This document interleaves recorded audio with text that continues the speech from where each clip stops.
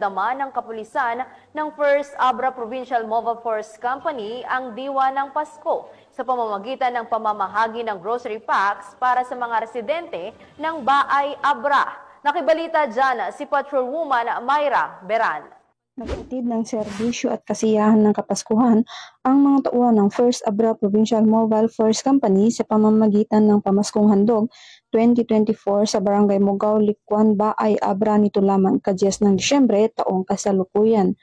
Ang aktibidad ay pinangunahan ng 1st Abra Provincial Mobile Force Company katuwang ang Company's Advisory Group for Police Transformation and Development, TESDA Abra at iba pang stakeholders sa lugar.